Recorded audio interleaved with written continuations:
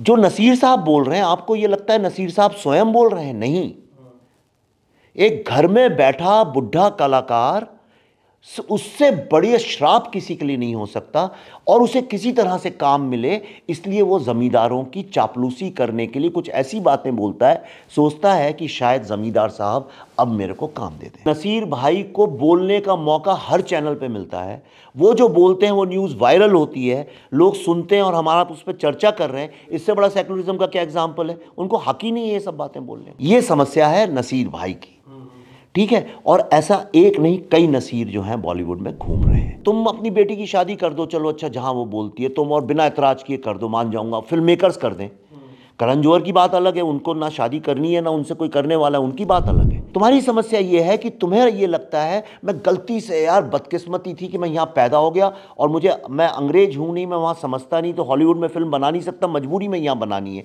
सबके घर हैं लंदन में, सब रहते हैं बाहर, सबके बच्चे पढ़ते हैं बाहर, ये कभी आम आदमी से मिलते नहीं जुलते नहीं, इनका कोई बस ऊपर खड़े होके ये ईश्वर की तरह एक बस हाथ हिलाते हैं यूं यूं करके, बाकी आम आदमी से किसी का कुछ लेना देना नहीं है। आम आदमी इनके पास आ जाए तो इनके बाउंसर्स उसे मार मार के, कुत्ते की तरह मार के उसको किनारे कर देते हैं। ये सत्य है। कहते हैं कि फाशिस्ट गवर्नमेंट है, ऑप्रेसिव गवर्नमेंट है, बोलने की स्वतंत्रता नहीं है। अरे तुम खुद गुलाम हो, तुम्हें बोलने की स्वतंत्रता है? तुम एक शब्द बोल के बताओ जरा अपने राजा के खिलाफ। इंडिया में एक ही नैरेटिव है, दूसरा कोई है नहीं, हिंदू वर्सेस मुस्लिम। तीसरा कोई नैरेटिव नहीं है। कहने की बातें कि ये सोशलिस्ट है, वो कोई नहीं, सारा ये सब कुछ वहीं आके जुड़ता है।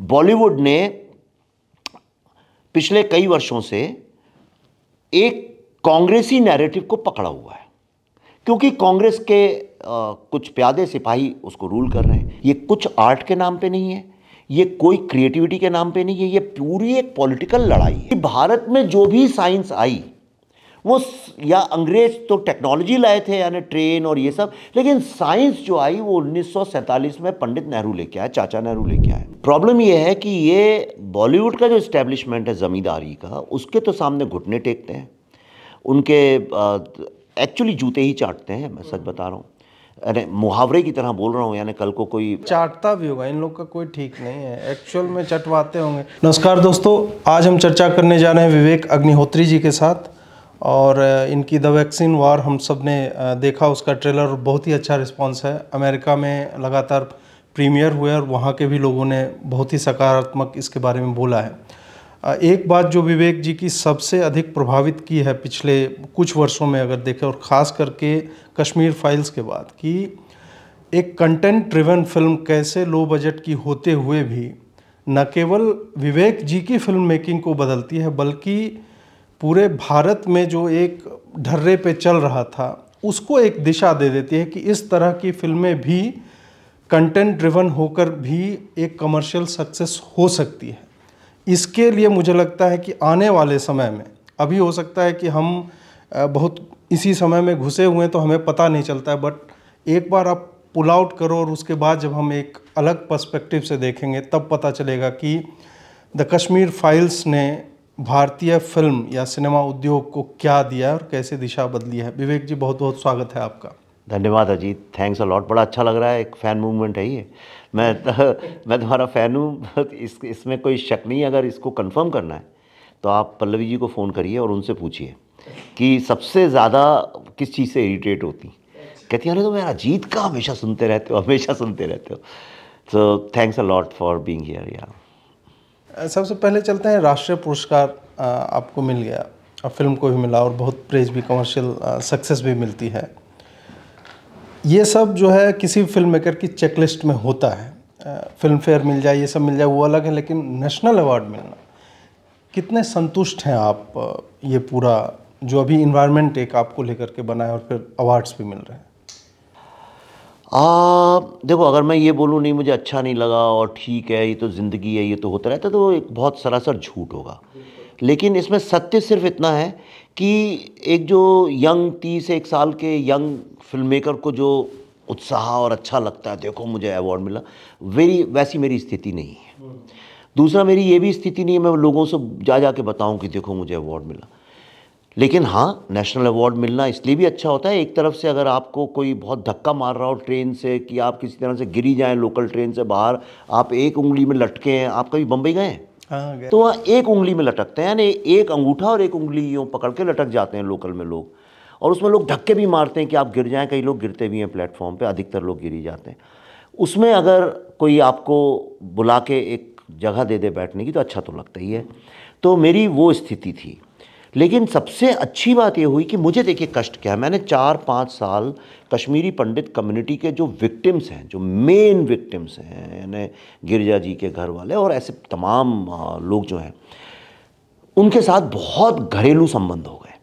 और जब रिश्ते हो जाते हैं जब किसी से, तो एक चीज़ जो सबको बुरी लगती थी, हमेशा मुझसे बोलते थे, कहते थे ठीक है आप फिल्म को गाली दें, सब कुछ करें, वो करें, लेकिन फिल्म के आने के पहले तक तो कोई बात ही नहीं करता था। अब वही इकोसिस्टम जो बुरहान वानी के गुणगान करता है, वो इकोसिस्टम कह रहा है ऐसा तो कभी हुआ ही नहीं। और ये बात उनको कि, तो मुझसे जैसे गिरिजा जी की बहन ने बोला, क्या मेरी बहन मरी नहीं? क्या ऐसा हुआ ही नहीं? ठीक है आप ये बोल दें कि हाँ भाई 4 गोली से नहीं 2 गोली से मरा सामने, पर आप कह रहे हो वो मरा ही नहीं। ये जो उनको दुख पहुंचता था, नेशनल अवार्ड मिला हमको, उनको लगा जैसे कि उनकी बात को वैलिडेशन, विंडिकेशन हो गया। और वो जो भावना है उससे मुझे बहुत संतोष मिला और मुझे बहुत अच्छा भी लगा उस बात का। इसी पे थोड़ा और कश्मीर फाइल्स पे भी, क्योंकि जब 30 वर्ष हुए थे उस पूरे के, और उसके बाद पहली बार चर्चा होना आरंभ हुआ 2019 के लगभग में। एक लड़की थी, दीपिका नाम था शायद, हिंदू कॉलेज में, वो एक बता रही थी लोगों को, और उसको इतना हैकल किया वहाँ SFI और आयसा वालों ने, वो रोते फिर लेकिन बताती रही। फिर मेरा भी इंटरेस्ट इसमें जगता है। इससे पहले कश्मीर में जो ये नरसंहार हुआ, और ये 7वीं बार या ऐसे करके हुआ, इसको पलायन जैसे छोटे शब्द में जो है ना, मुझे लगता है ट्रिवियलाइज किया जाता रहा। फिर मैंने पढ़ना शुरू किया कि गिरजा टिकू कैसे आड़ी से जो है चीर दिया, जो आपने वंधावा नरसंहार आपने दिखाया। फिर एक रैना साहब थे, उनको तो कील से ठोक दिया, उनके भाई से ही कील ली गई थी। फिर एक कोई कौल, प्रेमी जी का फिल्म में दिखाया, कील से ठोक दिया था बेटे और बाप को। प्रेमी जी थे, वो सिगरेट के बट से जलाना और ये सब, आंख निकाल लेना, ये सब एक व्यक्ति के। तो जब मैंने पढ़ा तो मैं स्वयं बता रहा हूँ कि कई दिनों तक डिस्टर्ब रहा था कि यार इस तरह की चीज़, और डिस्टर्ब केवल उसकी निशंसता से नहीं, डिस्टर्ब इससे कि ये हमसे छुपाया गया पलायन करके। एक व्यक्ति के तौर पे आप कितने प्रभावित हुए इससे? देखो मैं भी उतना ही जानता था जितना सारा विश्व नहीं, जितना देश के लोग जानते थे, थोड़ा ज़्यादा जानता हूँगा। लेकिन जैसे मैं ग्वालियर में पैदा हुआ, हमारे पड़ोस में एक संस्कृत की प्रोफेसर रहती थी, प्रोफेसर मलिक, उनकी फैमिली थी, डॉक्टर और पति डॉक्टर और वो। अब मैं उन्हीं के बच्चों के साथ खेल खेल के बड़ा हुआ, उनसे हमारे घर जैसे संबंध हो गए। मैं उनको मौसी बोलता हूँ, अभी भी दिल्ली में ही रहती हैं वो लोग, नोएडा में। अभी न्यूयॉर्क में मेरी जब स्क्रीनिंग थी तो उनकी बेटी आके मुझसे मिली। तुम यकीन नहीं करोगे, ये फिल्म बनाने के पहले तक मुझे कभी ये ख्याल भी नहीं आया कि उनकी फैमिली में भी किसी को मारा गया था और वो भी छोड़ के आए होंगे। कि वो कश्मीरी पंडित हैं वो एक अलग केस है, जबकि आप अमेरिका, विश्व के किसी भी, वेस्ट के किसी भी कोने, गांव, खलियान कहीं भी चले जाएं, कोई जीव है तो उसको एक अलग नज़र से देखते हैं। बिल्कुल, जैसे कि ये कोई एंडेंजर्ड स्पीशीज़ है और इसको हमें थोड़ा विक्टिम की तरह से उनको देखते हैं। हमारे देश ने कभी किसी भी हिंदू को विक्टिम की तरह नहीं देखा। ख़ास तौर पे पार्टीशन के जो विक्टिम्स हैं, 1971 के जो विक्टिम्स हैं और कश्मीर के जो विक्टिम्स हैं, इनको तो विक्टिम माना ही नहीं गया कभी। तो हमने कहा अरे ये तो कश्मीरी है, कश्मीरी का मतलब अच्छा सेब खाता होगा, सुबह उठ के बढ़िया शिकारे में घूमता होगा और गाने गाता होगा, ऐसा हमने सोचा। मुझे एक डॉक्टर सुरेंद्र कौल है जो कि ह्यूस्टन में अचानक मिल गए किसी कारण से। उन्होंने मुझसे बोला कि विवेक जी आप हमारे इशू पे डॉक्यूमेंट्री एक क्यों नहीं बनाते हैं, हम लोग $50,000 हम इकट्ठे करके आपको दे सकते हैं। तो मैंने भी उसी तरह से बात की जैसे कोई एक चलता फिरता आदमी करता है। मैंने कहा डॉक्टर साहब डॉक्यूमेंट्री का क्या है, कुछ दिन बाद मार मार के लोगों को दिखाओगे, वो देखेंगे नहीं, आप भेजते रहोगे, कुछ होगा नहीं। आपका सब्जेक्ट जो है, जब तक इस पर बहस नहीं होगी, बातचीत नहीं होगी, और पॉलिटिकल पार्टीज जब तक इस पर बातचीत नहीं करेंगी, देश में किसी को इंटरेस्ट नहीं होगा। फिल्में, ये डॉक्यूमेंट्रीज वगैरह बहुत बनती हैं। तो वो थोड़े निराश भी हो गए। उन्होंने मुझसे ये बोला, विवेक जी अगर आप ही नहीं बनाएंगे तो फिर तो कोई होप ही नहीं है, क्योंकि पूरा सिस्टम ही हमारे अगेंस्ट है। उन्होंने मुझे 7-8 फिल्मों के नाम बताए, मिशन कश्मीर, फिज़ा, फिदा बहुत बनी है, रोज़ा फोज़ा सब, और लास्ट में हैदर। उन्होंने कहा आप ये देखिए कि जो फिल्म इंडस्ट्री है एक विधिवत तरीके से कश्मीर के आतंकवाद के ऊपर फिल्में बनाती आई है। ऐसा नहीं कि लोगों को परहेज है इस सब्जेक्ट से, ऐसा नहीं है किसी ने कुछ बताया नहीं। तो उन्होंने मुझे बताया कि देखिए इन फिल्मों में ये सारी की सारी 85 से 93, 95 तक के बीच में सेट है। हैदर तो उसी वक्त की फिल्म है, वो लिखी गई है, जिनके वो क्या नाम है उसका, जो राइटर हैं वो पीर की किताब पे है वो। अच्छा हाँ। तो राहुल ने जो किताब लिखी और उनने दोनों ने एक ही वक्त की 2 अलग इंटरप्रिटेशन है। अब हैदर फिल्म में आप देखिए पंडित शब्द का भी जिक्र नहीं मिलेगा आपको। आपको ये रोज़ा, फिज़ा, फिदा, ये जो फिल्में हैं, हो सकता है कहीं एक आध नामों कांग्रेसी लोग मेरा वीडियो निकाल देंगे और कहेंगे देखो ये बोला था वहाँ पे, होगा, लेकिन कहीं भी उन्हें देख के विश्व के किसी आदमी को ये नहीं पता चल सकता है कि वहाँ कभी पंडित लोग रहते थे। अब स्थिति ये हो गई है कि कश्मीरी पंडितों के जो बच्चे हैं, जो हिंदू लोगों के जो बच्चे हैं, जो आज उनके 18, 19, 20 साल के, उनके बच्चे भी उनसे कहते हैं कि आप झूठ बोलते हैं, ये तो इस्लामिक लैंड था जिस पे तुम लोगों ने कब्जा कर लिया जाके। और वो बात मुझे इतना कोस गई, इतनी ज़्यादा मुझे वो दिल पे लगी। मैंने कहा नहीं, ये तो मिथ्या ठीक करनी ही पड़ेगी। एक्चुअली मकसद मेरा उतना ही था शुरू में, इसीलिए जो स्पीच है जो लास्ट में उसकी लड़के की, कृष्णा की, वो मेरे दिमाग में पहले आ गई थी।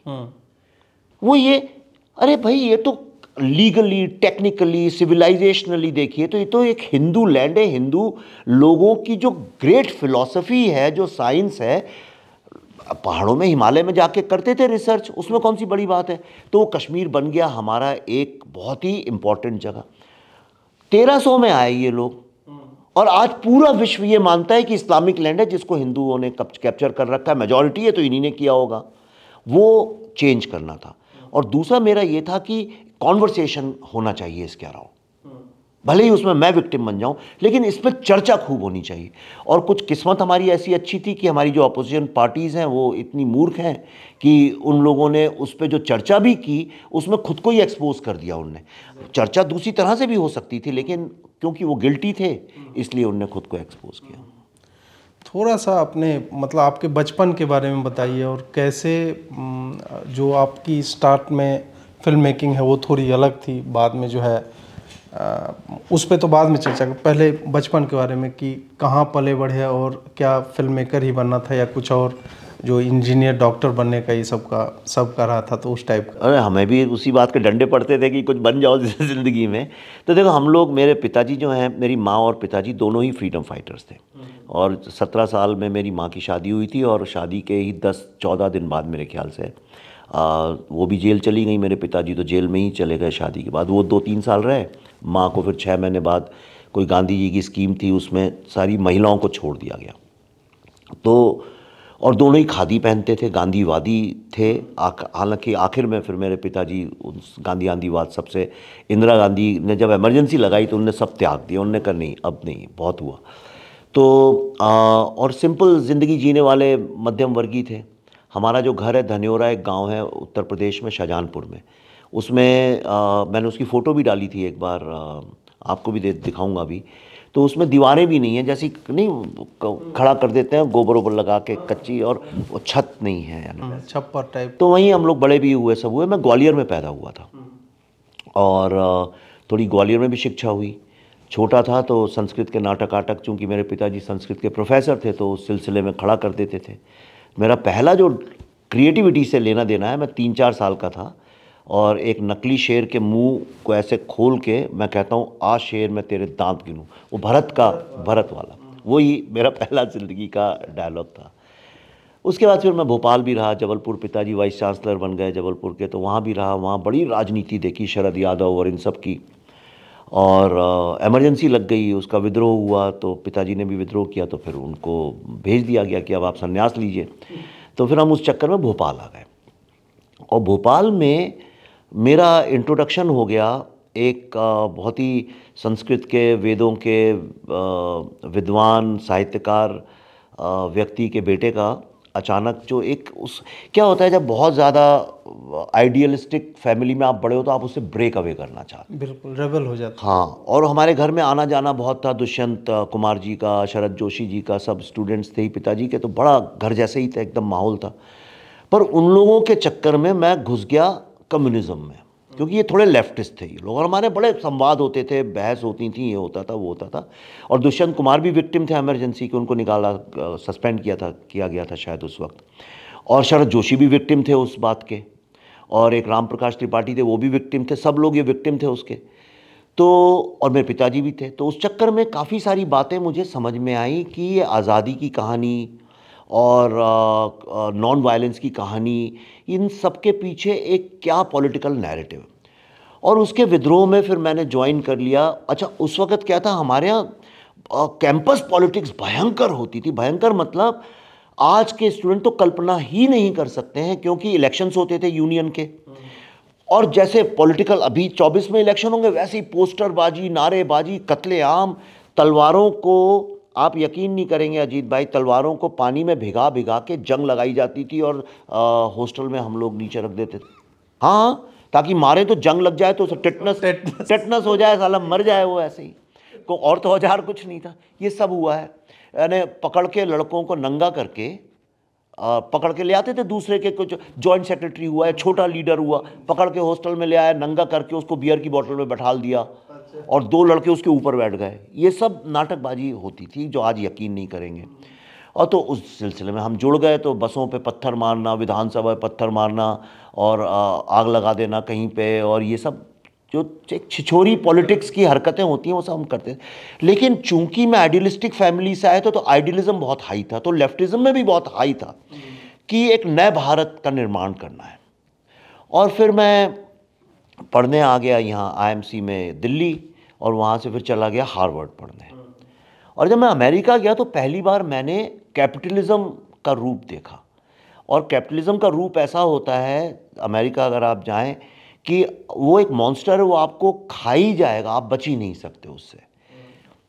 पर मुझे कंपैरिजन करके ये भी समझ में आया कि हम लोग देश के विकास के नाम पे ही उसको पीछे खींचते रहते हैं, और हम कभी ऐसा कुछ करते ही नहीं। एग्जैक्टली। तो मैं वहाँ काम कर रहा था। ये मैं इसलिए बताना चाह रहा हूँ, ये एक बहुत सारे यंग लोगों की ज़िंदगी की कहानी है। शायद आप भी कहीं इससे आसपास से, इस गली से गुजरे हों, मुझे पता नहीं है।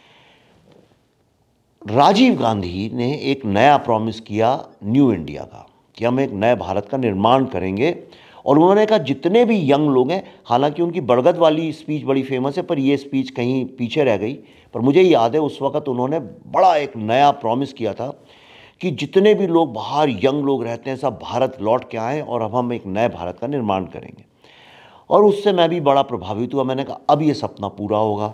और ये आदमी एक ऐसा है जो कैपिटलिज्म भी समझता है और सोशलिज्म भी समझता है, पहनता खादी है, बात कंप्यूटर की करता है, और दिखने में भी खूबसूरत थे। एक थे तो कश्मीरी ही, कहीं आधा खून तो कश्मीरी ही था, गाल गोले एकदम चमकते हुए, एकदम गुलाबी सेब जैसे। तो मैं प्रभावित हो गया। तो मेरा ग्रीन कार्ड तब आ रहा था, तो उसको त्याग के, नौकरी छोड़ के मैं आ गया इंडिया।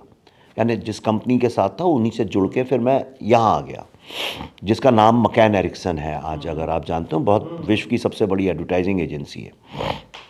वहाँ आ गया, पर उनसे भी निराश हुआ। फिर उसके बाद वीपी सिंह जी आए, उनके साथ जुड़ गए, एम्स के सामने दंगेबाजी करना और ये सब थोड़ा किया उस वक्त में। फिर वहाँ से भी निराशा ही मिली एक तरह से।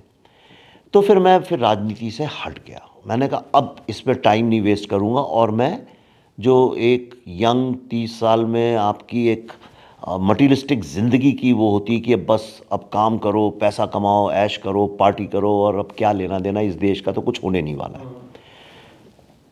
तो उसमें फिर घुस गया, करते करते फिल्म लाइन में घुस गया। आपने पूछा कि क्या है, तो फिल्म लाइन में जब आप घुसते हैं तो वो ये बॉक्स ऑफिस, स्टार, गाना, हीरोइन, ये वो सब सिखाते भी आपको वही है, कोचिंग भी वही सारी चलती है, वो सब किया। लेकिन कहीं तो फिर वो एक ग्वालियर का या भोपाल का मिडिल क्लास का लड़का, कहीं ना कहीं तो रूह तो नहीं मरी थी, उसे मरने भी नहीं दिया था।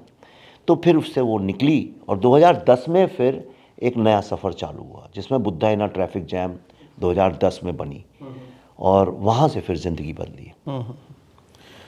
उस पे हम बाद में जाएंगे। पहले जो इंडस्ट्री के बारे में आपने बताया, ये बड़ी ही विचित्र इंडस्ट्री लगती है। जितना आप मतलब मायापुरी और फिल्म फेयर का वो उनका एक अलग कवरेज का दुनिया, लेकिन जब आजकल ट्विटर पे सब कुछ उपलब्ध होता है, सबकी विचारधारा हम जानते हैं।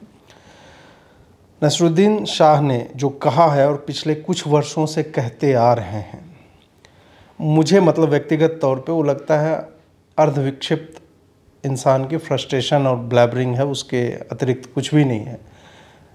जब तक उनकी फिल्में चलती रहीं, कर्मा और इस टाइप की देशभक्ति, तो वो जिंगोइज़म नहीं था। विवेक अग्निहोत्री बना रहा है, जिंगोइज़म हो गया, या गदर 2 आ रही है तो वो जो है एक्सट्रीम नेशनलिज्म है और वो नेगेटिव है, नकारात्मक, ये सब कहते हैं।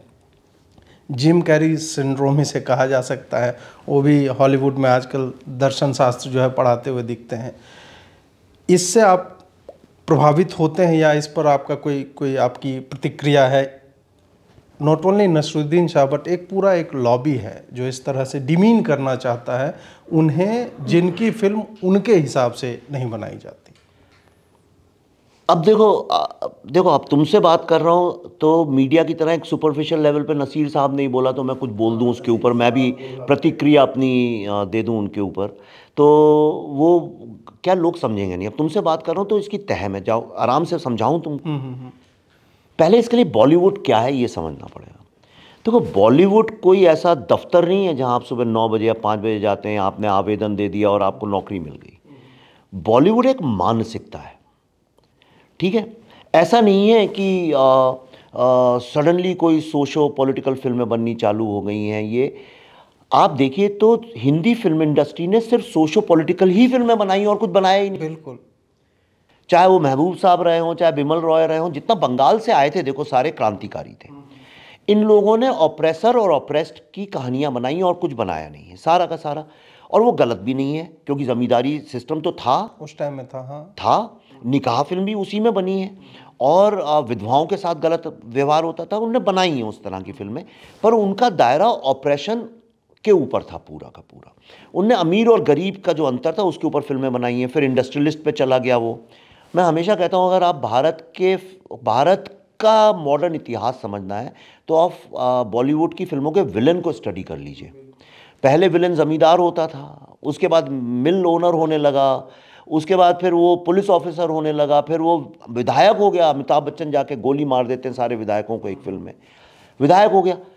वहाँ तक सही था। देखिए, आप सहमत हो चाहे असहमत हो, लेकिन अगर समाज की चीज़ों के ऊपर बहस हो रही है तो उसमें कुछ ना कुछ पक्ष निकल आएगा।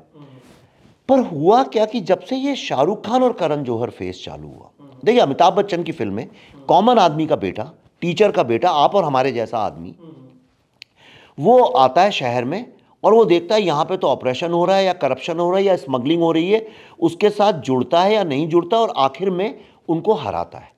और एक आम आदमी की विजय होती है, असत्य के ऊपर सत्य की विजय होती है और जो देखने वाले हैं उनकी दिल में आशा और होप जिंदा रहती है। ये एक कहानी का हमने एक सिंपल तरीका ढूंढा था।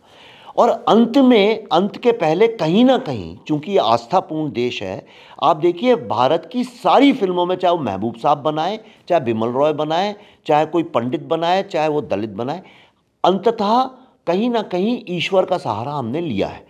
ये चाहे वो शिरडी के साईं बाबा हो, चाहे वो मज़ार हो, दरगाह हो, मंदिर हो, शिव का मंदिर हो, मैं खुश तो बहुत हो गए, सहारा तो उस नास्तिक को भी आके मंदिर का लेना पड़ा। मतलब फिल्म मेकर्स इस देश की, समाज की रूह को समझते थे।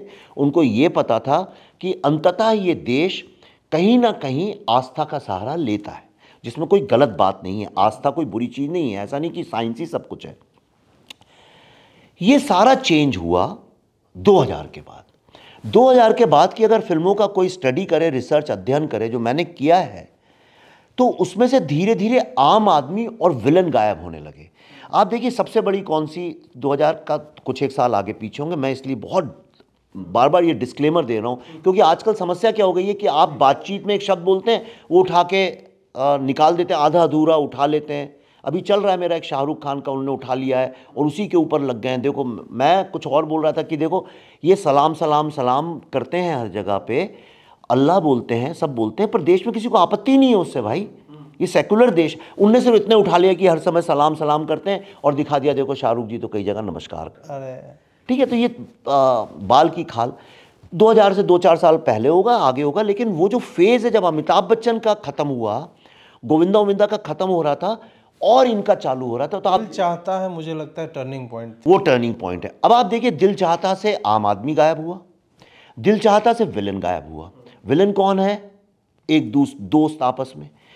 दिल वाले दुल्हनिया ले जाएं, क्या विलन है? कोई सामाजिक परंपरा है या वो नहीं है? लड़की का बाप रूढ़िवादी है साहब, मैं, अरे यार तुम अपनी बेटी की शादी कर दो, चलो अच्छा जहां वो बोलती है तुम, और बिना एतराज किए कर दो, मान जाऊंगा। फिल्म मेकर्स कर दें, करण जौहर की बात अलग है, उनको ना शादी करनी है ना उनसे कोई करने वाला है, उनकी बात अलग है। पर ये जितना ये समूह है, अपनी बेटियों की शादी कर दें, चलो जहां वो चाहती है करना, करेक्ट?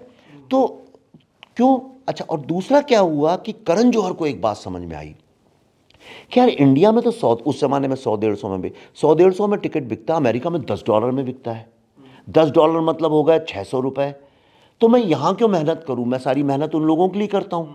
तो उन्होंने रिग्रेसिव सिनेमा जो है उसको मॉडर्न सिनेमा के नाम से बेचना चालू किया।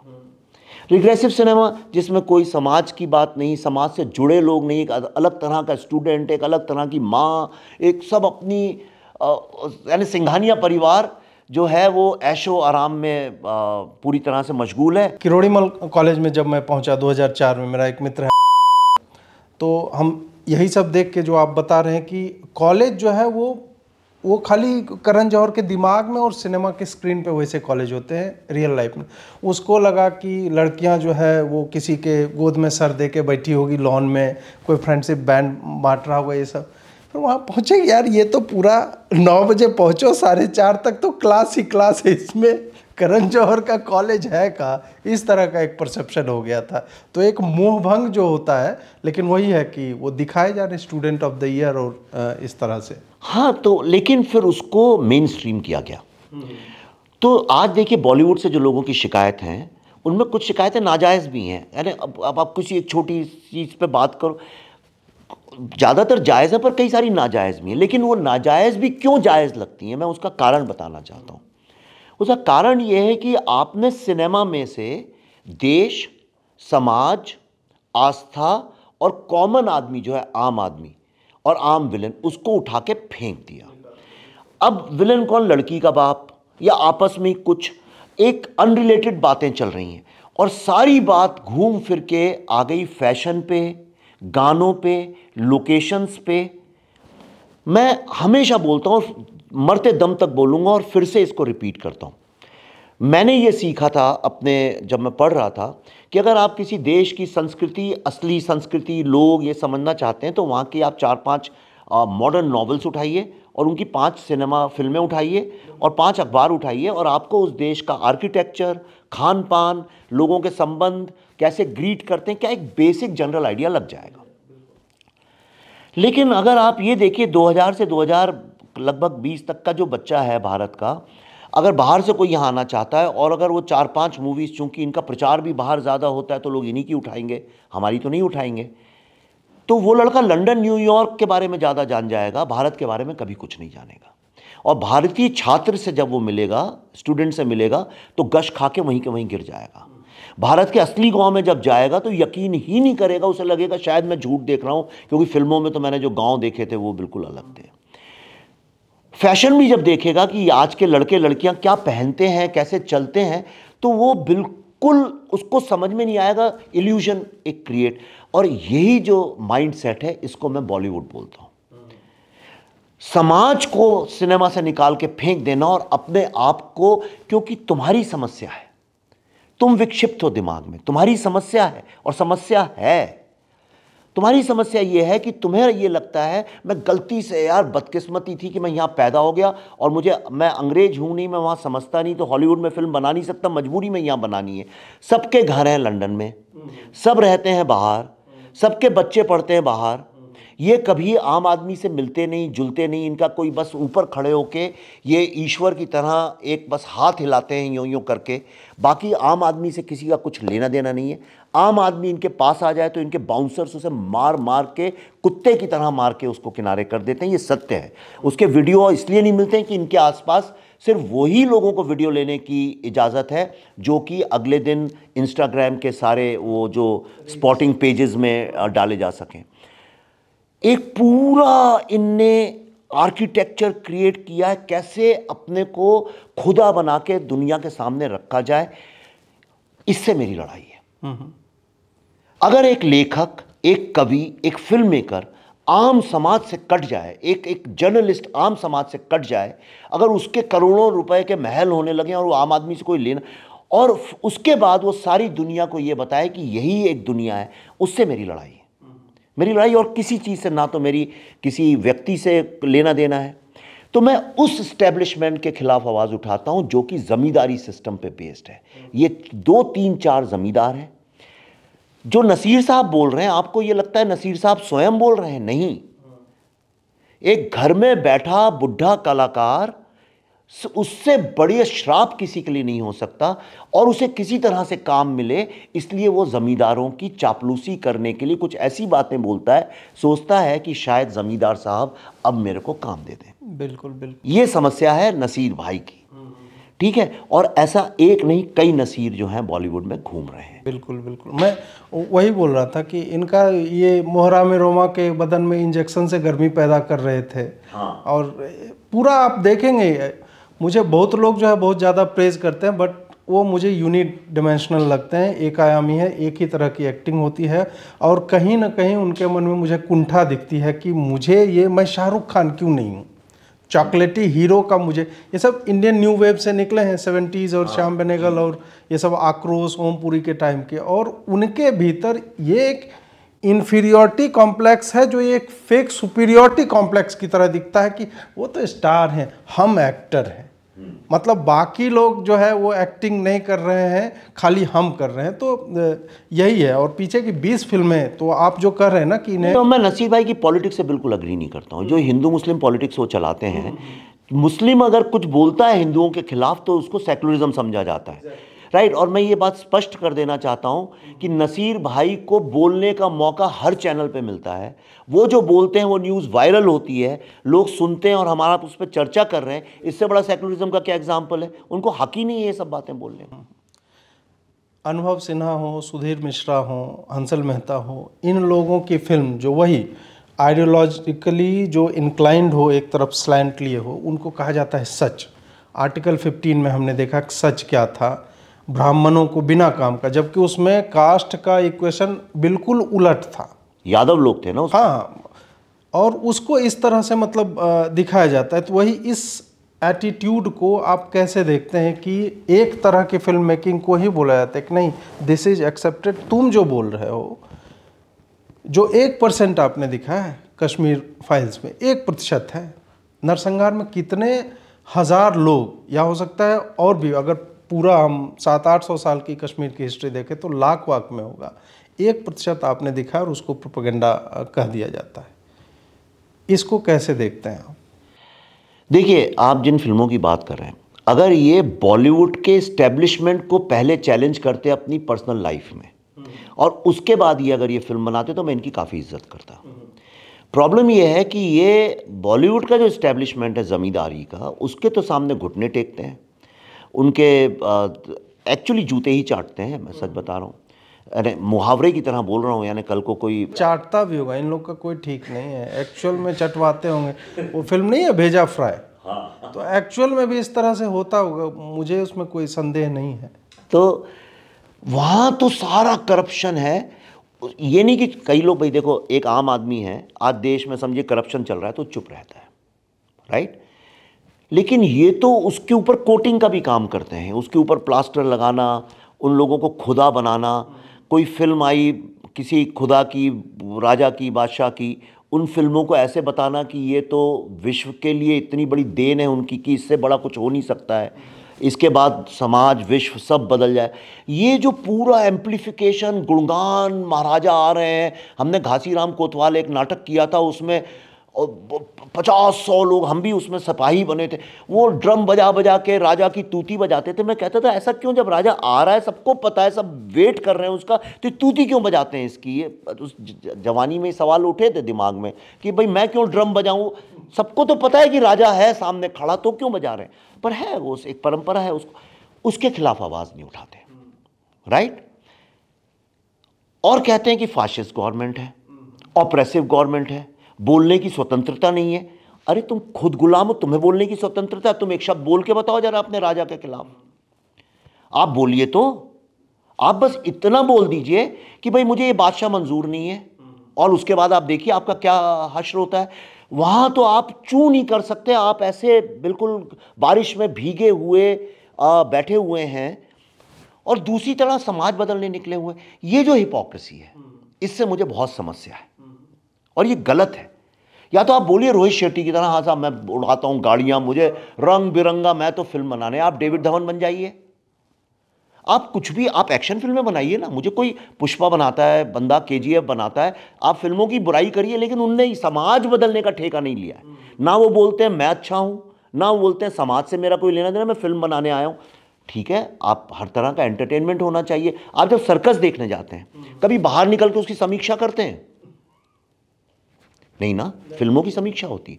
तो अगर आप 24 घंटे ये बताते रहेंगे कि समाज ऐसा है और हिंदू मेजॉरिटी जो है वो तो मुस्लिम को प्रताड़ित कर रही है, पूरा नैरेटिव। देखिए इंडिया में एक ही नैरेटिव है, दूसरा कोई है नहीं, हिंदू वर्सेस मुस्लिम। तीसरा कोई नैरेटिव नहीं है। कहने की बातें कि ये सोशलिस्ट है, वो कोई नहीं, सारा ये सब कुछ वहीं आके जुड़ता है। बॉलीवुड ने पिछले कई वर्षों से एक कांग्रेसी नैरेटिव को पकड़ा हुआ है, क्योंकि कांग्रेस के कुछ प्यादे सिपाही उसको रूल कर रहे हैं। उनने जमींदार की तरह उनको बैठाया है कि भाई ये सूबा हमारा है, आप इसको देखिए। तो बॉलीवुड को पूरा कैप्चर किया हुआ था। अब उसमें अगर कुछ लोग पिछले कुछ वर्षों से उनको ऐसा लगता है कि नहीं अब हम बोल सकते हैं और बोलने की कोशिश करते हैं, तो उनको उसी तरह से कुचल दिया जाता है जैसे जमींदार के खिलाफ एक लैंडलेस फार्मर आवाज़ उठाता है और कैसे घोड़े पे आके उसको घोड़े से कुचला जाता है। मैंने वो महसूस किया, मैं वो घोड़े के नीचे मैंने किया है, पर मुझ में थोड़ी ताकत थी, मैं बच के निकल गया उससे। ये प्रॉब्लम है इनके साथ, और ये बात आम आदमी को समझना बहुत आवश्यक है। ये कुछ आर्ट के नाम पे नहीं है, ये कोई क्रिएटिविटी के नाम पे नहीं है, ये पूरी एक पॉलिटिकल लड़ाई है। आप मुझे बताइए, ये फिल्म ने इतना धंधा किया, उतना धंधा किया, बढ़ा चढ़ा के, ये सब ये क्या है? ये सुप्रीमेसी इस्टेब्लिश करने की कोशिश नहीं है। आप बॉलीवुड के किसी भी आदमी से पूछिए, आज मैं बोल रहा हूं उनके बिहाफ पे, और आप ये जब आपका आएगा मेरे को वही बॉलीवुड के लोग फ़ोन कर करके बोलेंगे यार क्या बात बोली, क्या बात बोली, ये तो सत्य बोल दिया तुमने। पर वो नहीं बोल सकते, इसलिए नहीं बोल सकते क्योंकि ज़मींदार के शासन में, उसके आतंक में जो पेजेंट होते हैं वो बोल नहीं सकते। अब बात करते हैं ट्रेलर के ऊपर। टेक्निकली भी ट्रेलर बहुत सुंदर दिख रहा है, मतलब मैं बहुत सत्यनिष्ठा से बोल रहा हूँ। अगर हम कश्मीर फाइल्स के प्रोडक्शन को देखें और इसको देखें, इसमें एक स्टार्क डिफरेंस हमें दिखता है कि it is technically well made. और जितनी मतलब ट्रेलर में जो हमें दिखा है और जो लोग बोल रहे हैं अमेरिकन प्रीमियर ये सब में, तो वो सारे लोग पॉजिटिवली ही बोल रहे हैं। आपने एक टर्म यूज़ किया है, फर्स्ट बायोसाइंस फिल्म। ये टर्म क्या है? ये टर्म ऐसा है कि हमने ये जो फिल्म है इसमें हम एक तो ICMR और NIV के साथ ही हमने फिल्म कोलैबोरेट करके रिसर्च पूरा किया है। वो तो क्योंकि उन्हीं की फिल्म, यानी वो सब्जेक्ट ही वही है तो उनसे करना ही पड़ा। पर उसके अलावा जब हमने शुरू किया था तो इंडियन इंस्टीट्यूट ऑफ मैनेजमेंट, जिसको हम IIM के नाम से जानते हैं, तो उसकी जो रोहतक का जो इंस्टीट्यूट है, उनके साथ मिलकर हमने एक कंट्री वाइड रिसर्च किया, ये समझने के लिए कि लोगों को, एक्चुअली मकसद कुछ और था लेकिन रिजल्ट कुछ और निकला। मकसद उसका ये था जानना कि कितने लोगों को पता है ये वैक्सीन किसने बनाई है। क्योंकि जब बात होती है तो सब लोग सीरम और भारत बायोटेक की बात करते हैं। मीडिया ने भी वही कहा, मीडिया तो कहीं हिलता नहीं अपनी जगह से, नोएडा से, तो उनको वो ठीक है। हाँ, लेकिन जो पूरा जो फर्स्ट कैंडिडेट जो फॉर्मूला है पूरा का पूरा, जो आइसोलेशन जो पूरा हुआ है, जिसकी बुनियाद पे तो देखिए मास प्रोडक्शन और डिस्ट्रीब्यूशन करती हैं, और उनका जो इसमें भूमिका है उसको भी नकारा नहीं जा सकता। पर हमारी फिल्म उनके बारे में नहीं है, हमारी फिल्म पूंजीपतियों के बारे में नहीं है, हमारी फिल्म बिजनेसेस के बारे में नहीं है, हमारी फिल्म प्योर साइंस के बारे में है कि जब पूरे विश्व में एक अंधकार था और ऐसा लगता था हम सब मर जाएंगे, कल क्या होगा अब लोग भूल जाते हैं, लेकिन उस वक्त जितना लोगों ने स्पिरिचुअलिटी और योगा और आयुर्वेदा पढ़ा इसलिए क्योंकि सबको लगता था हम नहीं रहेंगे, नौकरी कहाँ जाएगी, उस वक्त में कैसे चंद लोगों ने बिना किसी को बताए एक सीक्रेट मिशन की तरह अपने आप बिना गवर्नमेंट से भी बात की, एक मैंडेट चूंकि रिसर्च का था उसके नाम पे करके वैक्सीन की जो पहल शुरू की, उसका नतीजा ये हुआ कि we made the world's fastest vaccine. हमारी कहानी वहाँ तक लिमिटेड थी।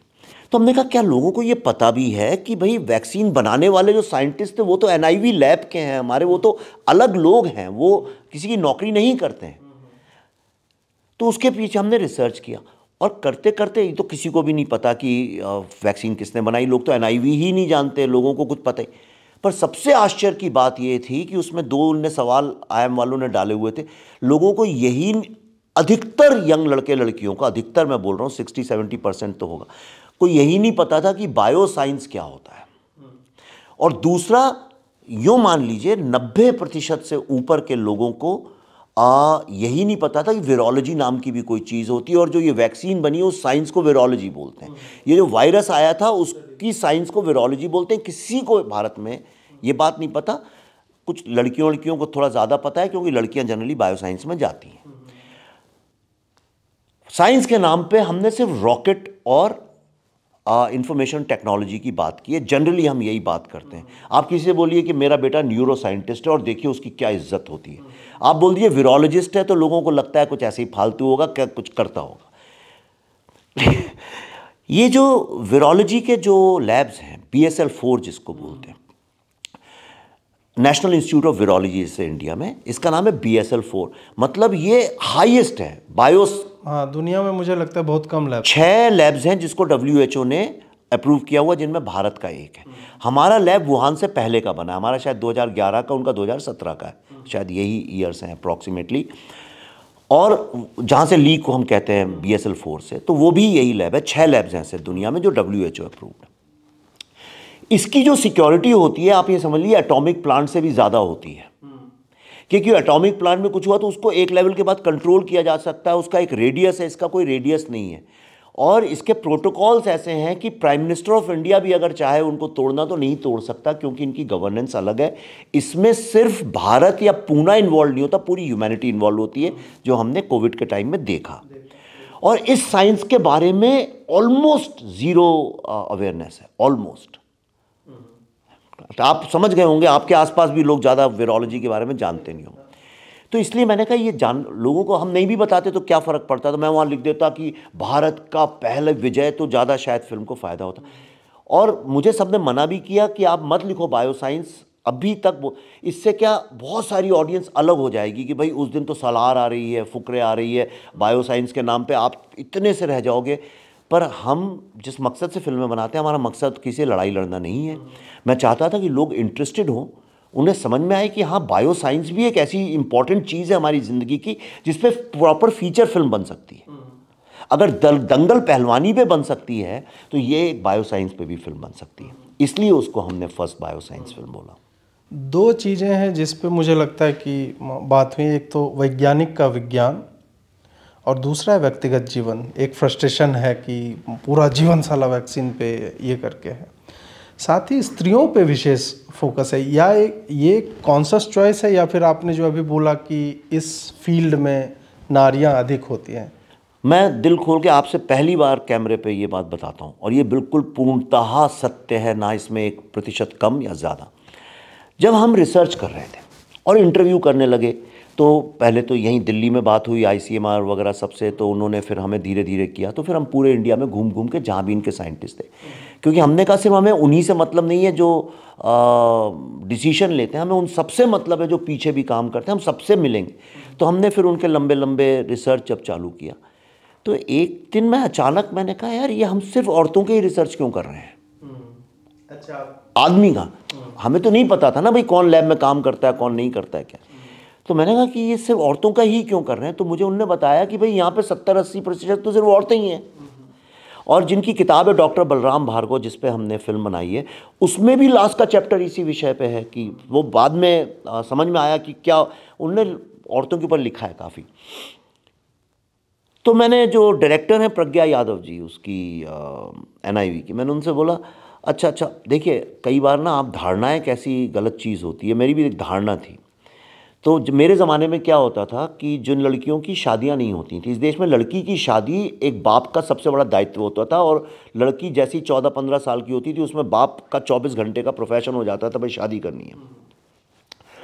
जिन लड़कियों की शादी नहीं होती थी उनको B.Ed करवा दिया जाता था, और वो समझ गए आप, टीचर या होम साइंस करा दिया जाता। तो मैंने ऐसी मजाक में उनसे बोल दिया, मैंने क्या इसलिए तो नहीं इसमें बहुत ज़्यादा औरतें कि जिनकी शादी आदि नहीं होती, वो उनको कहा कि अच्छा चलो तुम जाके होम साइंस कर लो। देखिए मेरी भी कितनी एक मूर्खता है, तो या बायो साइंस कर लो या ऐसे कोर्स कर लो जो आप लड़के नहीं करते हैं, इसमें तो एडमिशन मिल ही जाएगा क्योंकि लड़के तो जा रहे हैं सब IIT और IIM करने। तो उन्होंने बोला नहीं ऐसा नहीं है, यहाँ सर्वाइव ही औरतें कर पाती हैं, क्योंकि ये इतना कठिन काम है। आप देखिए ऐसा सन्नाटा जो आपके कानों को भेद दे, ऐसा सन्नाटा जो आप एक हफ्ते उसमें रह जाएं तो आप ट्रॉमेटाइज हो जाएं, आप चिल्लाने लगें, आप खुद से बातें करने लगें, शीशे में पागल लगने लगें। विपश्यना हो जाएगा उसका। हाँ विपासना हो गया उसका, कोई दिखता नहीं, सबने वो पहन रखा है। उसके बाद इसके जो अभी देखिए, अभी परसों हमारे सारी साइंटिस्ट आने वाली थी, लेकिन लास्ट मिनट पर नीपा का आउटब्रेक हो गया केरला में, तो वो सारा कैंसिल हो गया। अब ये घर नहीं जा सकते, कुछ कर नहीं सकते, घर में बंद हैं। और ये सारी महिलाएं ऐसी महिलाएं हैं जो वेस्टर्न फेमिनिज्म वाली नहीं हैं। ये वो हैं जो पति का भी ख्याल रखती हैं, घर में पराठे भी बनाती हैं, बच्चों का होमवर्क भी कराती हैं, सास ससुर की भी सेवा करती हैं, पड़ोसियों का कुछ हो गया तो वो भी करा देती हैं, बरगद की भी पूजा करती हैं। बिल्कुल, आप जानते हैं यूपी में, हाँ हमारे यूपी में बरगद की भी पूजा होती है, जिसको वेस्टर्न फेमिनिज्म वाले बहुत रिग्रेसिव प्रथा बोलते हैं। जो भी है रिग्रेसिव प्रोग्रेसिव, पर करती हैं, ये सत्य है, आप नकार नहीं सकते। ये सब करने के बावजूद लैंसेट जैसी मैगजीन्स में पेपर्स लिखती हैं, वर्ल्ड के टॉप मोस्ट फोरम्स में जाके लेक्चर्स देती हैं, और जिन साइंटिस्टों के ऊपर ये फिल्म बनी है they are recognised as top scientist of the world, India के नहीं, इनके पेपर छपते हैं लैंसेट वगैरह में भाई, और इनको कोई जानता नहीं है। तो वो चीज़ ने बहुत प्रेरित किया मेरे को। मैंने कहा अरे ये एक एंगल है, और उसके ऊपर हमने फिल्म बनाई। एक वो बात थी। दूसरी चीज़ इसकी थी कि एक साइंटिस्ट ने करते करते इंटरव्यू में, यहीं दिल्ली में जो हैं, उन्होंने मुझसे एक बात बोली। उन्होंने बोला वैक्सीन वैक्सीन वैक्सीन के पीछे सारा देश 1 साल बात करता रहा। जब वैक्सीन बगी तो लोगों ने धक्के दे दे के कि हम लाइन में आगे निकल जाएं किया। कई लोगों ने वो जाली वो भी बनवा ली है कि हाँ भाई हमको तो डायबिटीज़ की बीमारी है, हमें पहला लगना चाहिए। ऐसा कई पूंजीपतियों के 27-28 साल 30 साल के बच्चों ने भी किया। लेकिन जब 26 जनवरी को झांकियां निकली 2022 में, तो उसमें कहीं नामो निशान नहीं था इन लोगों का। यहाँ तो हर चीज़ पे झांकियों में लोग जुड़ी जाते हैं, ज़रा सा कुछ होता है उस पर निकल जाए। ये उनने बोली और मुझे बुरा भी लगा। मुझे लगा हम क्यों नहीं इसको रिकग्नाइज़ करते हैं। इसलिए इन चीज़ों को जोड़ के, एक जो महिला, और दूसरा मैं इंडिक फेमिनिज्म को, ये मेरा ट्रिब्यूट अपनी माँ के ऊपर है और आपकी माँ के लिए भी है। अक्सर मेरी माँ ये बोलती रही कि अगर मैं अगले जन्म में पैदा हूँ तो मेरे को खूब पढ़ाना, क्योंकि वो पढ़ी लिखी नहीं थी, इसलिए उनको समाज ने कभी एम्पावर्ड नहीं समझा। पर जो औरत 17 साल की उम्र में जेल गई हो देश को आज़ाद करने के लिए, उसको एम्पावर्ड नहीं समझा। जिस औरत ने बच्चों को पढ़ा लिखा के एक व्यक्तित्व दिया और जिसने इतना सेक्रीफाइस किया अपनी ज़िंदगी में, उसको एम्पावर्ड नहीं मानते। लेकिन अगर आप ध्यान से देखें, मानवता के ऊपर अगर बात की जाए, ह्यूमैनिटी के ऊपर, सबसे कठिन अगर कोई ह्यूमन ट्रेट है, सबसे कठिन, आप राजा बन सकते हैं, महाराजा बन सकते हैं, आप बॉलीवुड के अनडिस्प्यूटेड बादशाह बन सकते हैं, पर एक चीज़ आप नहीं कर सकते, आपके पास अरबों रुपए भी हों तो, त्याग। त्याग, सेक्रीफाइस एक ऐसी ह्यूमन ट्रेट है जो बिरलों के पास होती है। त्याग और तपस्या, ये बहुत एक बड़ा, और जिनके पास है मैं उनको बहुत महान भी मानता हूँ। भारत की माएँ ना तो कभी अपने ऊपर खर्चा करती हैं, ना अच्छे कपड़े पहनती हैं, हमेशा सबसे गरीब खाना घर में वो खाती हैं, अपनी इच्छाओं को मारती हैं। उन्हें कोई फिल्म देखनी हो तो उनको आप मना कर सकते हो, अरे नहीं मम्मी माँ तुम नहीं जानती हैं, रहने दो, तो वो बेचारे अपने दिल को मार के बैठ जाएंगी। अपने मन का प्रोग्राम ना देखें, सारे बच्चे हावी हो जाएं। हर चीज़ में वो माँ त्याग करती है और पूरा मॉडर्न समाज उनका मजाक उड़ाता है कि ये एम्पावर्ड नहीं है। क्यों? क्योंकि वो नौकरी करने नहीं जाती। और मेरे को इस बात का हमेशा से इसके लेके जिसको मेरे को लिंच करना हो कर दे, जितने फेमिनिज्म मूवमेंट्स हैं जो करना है कर दें, लेकिन मैं मरते दम तक अटल रहूँगा कि भारत की महिलाएं बहुत एम्पावर्ड हैं। वो महिला जो कुएं से पानी भर के यहाँ एक छोटे बच्चे को लादे हुए और जाके अपना गोबर भी लीपती है, मंडी में जाके सब वो भी बेचती है, पति को जाके खाना भी देती, उससे ज़्यादा कौन एम्पावर्ड हो सकता है, राइट? तो ये भी एक पहलू था। तो साइंस और महिलाओं को जोड़ने का जो काम था वो मैं करना चाहता था। ऋग्वेद के एक सूक्त का आपने प्रयोग किया, हाँ, सत भी नहीं था, सत भी नहीं था, अंतरिक्ष भी नहीं, आकाश भी नहीं। तो आपने तो आज के समय में तो इन सब चीज़ों पे आक्रमण का स्तर इतना बढ़ गया है कि अभी इसरो के जो चेयरमैन हैं वो चंद्रयान 3 के पहले जा रहे थे मंदिर, तो इन निकम्मे वामपंथियों ने उनको भी कैंसिल कर दिया कि इसको क्या साइंस आता है, तो मंदिर जा रहा है ये सब करने। तो आपने एक तरह के ऑडियंस को अपने आप से तो एक तरह से दूर कर दिया है कि वो आपकी फिल्म नहीं देख ले जाए, क्योंकि आपने ऋग्वेद का यूज कर दिया उस पर। पर मैं सबसे पहले आपको बताता हूँ कि सबसे पहले वही देखने वाले हैं, है ना? वो देखते हैं, छुप छुप के देखते हैं, बोलेंगे नहीं, और मैं पूछूंगा तो कहेंगे नहीं देखी, क्योंकि उससे इज्जत खराब होती। नहीं, देखिए क्या है कि कोई जहाँ साइंस जवाब देना बंद करती है, वहाँ से स्पिरिचुअलिटी चालू होती है, फिलॉसफी और स्पिरिचुअलिटी वहाँ से चालू होती है। और स्पिरिचुअलिटी और साइंस का संबंध जब से विश्व बना है तब से है। इस बात को ये नसादी सूक्त एस्टैब्लिश करता है। ये बिग बैंग थ्योरी पढ़ पढ़ के हम बड़े हुए हैं। नसादी सूक्त क्यों नहीं पढ़ते भाई? शून्य से सब कुछ की उत्पत्ति। हाँ, और अंततः देखिए सारी की सारी क्वांटम फिजिक्स और सारी एस्ट्रोनॉमी एस्ट्रोलॉजी वहीं आके ख़त्म हो गई है। आज पूरा विश्व इस बात को मानता है। अभी मैं अमेरिका में था, एक साइंटिस्ट से बात कर रहा था, उन्होंने बोला कि भाई देखो अभी नया जो ये टेलीस्कोप बना है, उसके बाद ये तो समझ में आ गया है कि जिसको हम यूनिवर्स समझते हैं वो सिर्फ एक मात्र बिंदु है, वो यूनिवर्स वो विजिबल यूनिवर्स है, उसके अलावा बहुत सारे इनविजिबल यूनिवर्सेस हैं। तो known universe versus unknown universe, मतलब जहां आदमी कभी पहुंच नहीं सकता। और उन्होंने बोला कि जब ये जर्नी खत्म होगी तो सारी की सारी नथिंगनेस पे आके खत्म हो जाएगी, सब वैक्यूम से निकला है और वहीं मिलना है। तो ये बात तो हमने लिखी है ऋग्वेद में, ठीक है। अच्छा, आप अग्री करें ना करें, बिग बैंग थ्योरी से भी तो आप अग्री और डिसअग्री करते हैं। ऐसा कौन सा दुर्भाग्यपूर्ण राष्ट्र होगा या समाज होगा जो इतने बड़े ज्ञान को स्कूलों कॉलेजों में नहीं, भारत के बच्चे बच्चे को पता होना चाहिए इस बारे में, करेक्ट?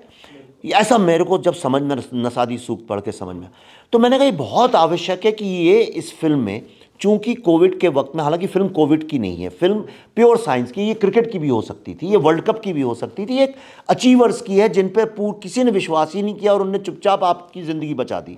ये एक अलग तरह की सुपर हीरो फिल्म है। तो मैंने कहा ये एक अच्छा मौका है साइंस और स्पिरिचुअलिटी, क्योंकि मेरे खुद के ही बच्चों को स्कूल में ऐसा पढ़ा दिया गया और वो मानते भी थे, अगर हम हमारे साथ नहीं जुड़े होते, कि भारत में जो भी साइंस आई वो, या अंग्रेज तो टेक्नोलॉजी लाए थे, यानी ट्रेन और ये सब, लेकिन साइंस जो आई वो 1947 में पंडित नेहरू लेके आए, चाचा नेहरू लेके आए। और मैं कोई पॉलिटिकल व्यंग की तरह नहीं बोल रहा हूँ, सत्य की तरह बोल रहा हूँ। मुझे भी, मैं बता रहा हूँ, बहुत वक्त तक ऐसा लगता था और मैं प्राउड फील करता था, मैंने निबंध भी लिखे उस विषय में कि चाचा नेहरू का योगदान विज्ञान को लेके क्या है, क्योंकि स्कूलों में लिखवाए जाते थे केंद्रीय विद्यालय में, छठी कक्षा में, कि चाचा नेहरू का साइंस को। मैंने कहा ये धारणा तोड़ना आवश्यक है, लोगों को पता चले कि साइंस तो हमारे यहाँ जब पहला टेक्स्ट लिखा गया तब से है। अच्छा, अब फिल्म में तो है, कोई गाने की तरह नहीं है, एक स्तुति की तरह, पर चूंकि मैं चाहता था इसको लोग समझें, तो इसलिए वो टाइम स्क्वायर पे करना एक आवश्यक हो गया था। और चूंकि मैं लेफ्टिस्ट रहा हूँ तो मुझे वो कला भी पता है, तो मुझे ये समझ में आया था कि जब तक इसको आप बाजार में खड़े होकर नहीं चिल्लाओगे, आपकी तरफ कोई देखेगा नहीं, ये बात आई गई हो जाएगी। वो निकल जाएगी किनारे। तो इसलिए हम लोगों ने एड़ी चोटी का जोर लगा के टाइम स्क्वायर में उसको किया। और एक बात आपको और बताता हूँ, मज़े की बात, जिस जगह पे हमने किया वो जगह की कीमत इतनी है कि यानी आप एक फिल्म बना सकते हैं उसके ऊपर पूरी, उस बजट में। हमने बड़ी उनसे मिन्नतें मांगी और कोशिश की उनके हाथ पांव जोड़ के कि भाई देखो ये क्या है, और उनको फिल्म दिखाई। फिल्म देखने के बाद उन लोगों ने वो जगह 1 घंटे के लिए मिलती है, हमें 3 घंटे के लिए सिटी ऑफ न्यूयॉर्क ने हमको वो जगह फ्री में दी। बताइए। और वहाँ पे रिपब्लिकन पार्टी के न्यूयॉर्क के प्रेसिडेंट आए, एल मेसन आए, वो अंग्रेज़ों के कई सारे पत्रकार आए, वहाँ पे वो लोग खुद आए, वो सिटी के ही लोग आए देखने, और उनको लगा कि एक बहुत बड़ा काम कर रहे हैं। लेकिन जब उसका वीडियो बाहर आया तो हमारे टुटपुंजिया कुछ ये कांग्रेसी और आपीए टाइप के जो पॉलिटिशियन हैं उसको गाली देने लगे कि देखो ये रिग्रेसिव बातों को जाके अमेरिका में प्रचार करके खुद ही का सीना चौड़ा कर रहे हैं। ऐसा उनने नैरेटिव बनाने की कोशिश की।